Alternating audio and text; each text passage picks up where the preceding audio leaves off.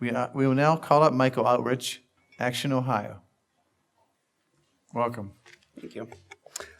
Chairman Olslager, Vice Chair Coley, Ranking Member Skindell, and members of the Senate Finance Committee, thank you for the opportunity to speak on House Bill 50. My name is Michael Outrich, and I represent Action Ohio, a statewide organization that is dedicated to improving the outcomes for current and former foster care youth. The name of our organization stands for Alumni of Care Together Improving Outcomes. Now, as a former foster youth in Ohio myself, improving outcomes is the biggest goal. I aged out of foster care at age 18 from Cuyahoga County without a strong support system in place and without much of the skills required to be an independent adult. Between the ages of 18 and 21, I experienced homelessness and life-threatening lapses in medical coverage. I continued to pursue college in spite of these obstacles and just graduated from Ohio University last weekend with a degree in Geographic Information Sciences. I am honored to have been accepted into the master's program in City and Regional Planning at The Ohio State University, and will be starting this amazing opportunity in the fall. The educational successes that I highly achieved are highly unusual for alumni of foster care.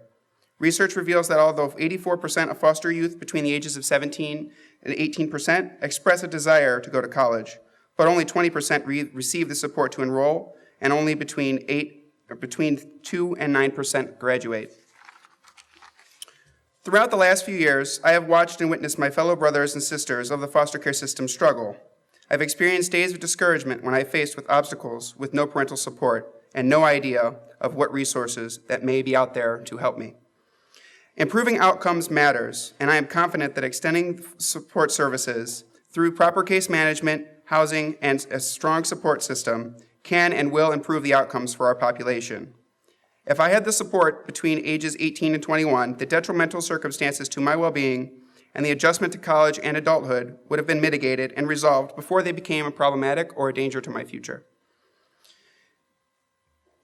I do not want to be just one statistic that has just made it. I want the state of Ohio to create opportunities that pave the way for thousands of others to succeed.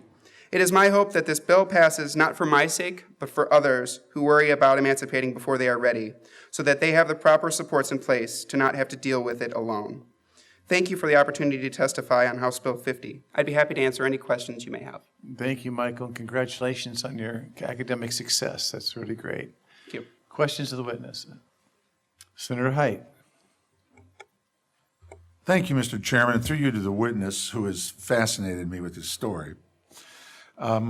Obviously, you're exception to the rule, and I applaud you for wanting this for others. But I am curious, and I don't know if you want to tell us, how you got from the street to a diploma, not a degree, but a diploma. Certainly. So essentially what happened was I emancipated from foster care, went to Ohio University immediately, was dropped off basically, and they said, good luck. So it was tricky. It was I struggled a lot with things. Essentially, I had a lot of issues pertaining to my medical coverage. My Medicaid would stop, and I was on a lot of different medications, psychotropic medications, mood stabilizers, and other things of the sort, which severely negatively impacted my ability to perform well academically. Several of my peers would call it essentially a lobotomy in a tube kind of thing.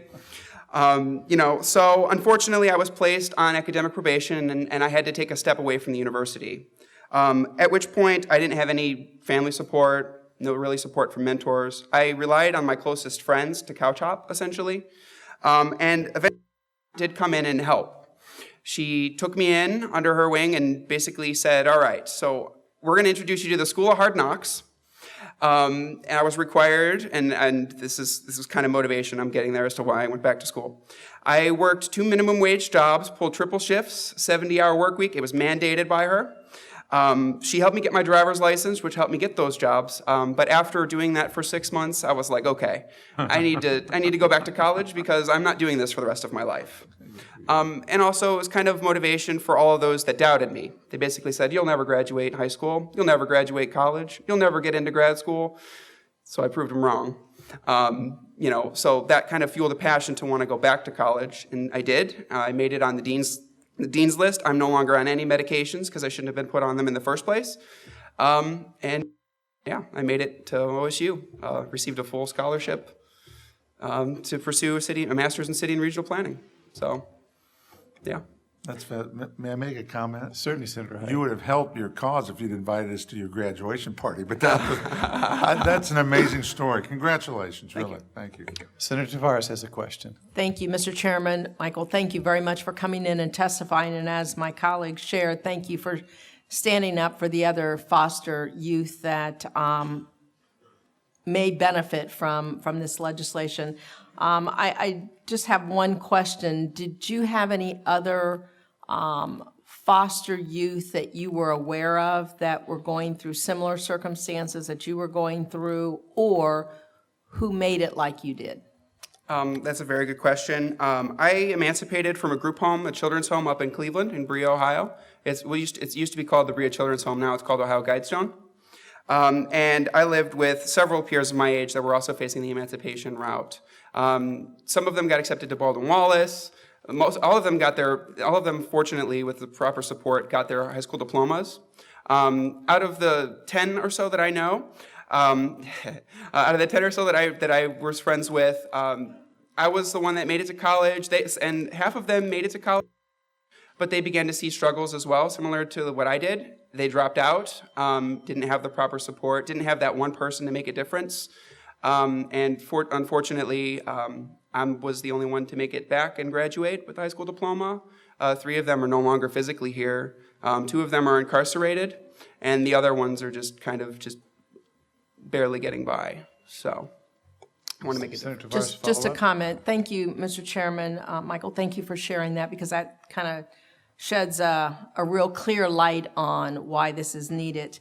And I guess the only other comment I would make is welcome to Columbus, Ohio, and I hope that you stay once you graduate from the Ohio State University College of Regional Planning, and share your talents with us. So thank you. All right, thank you.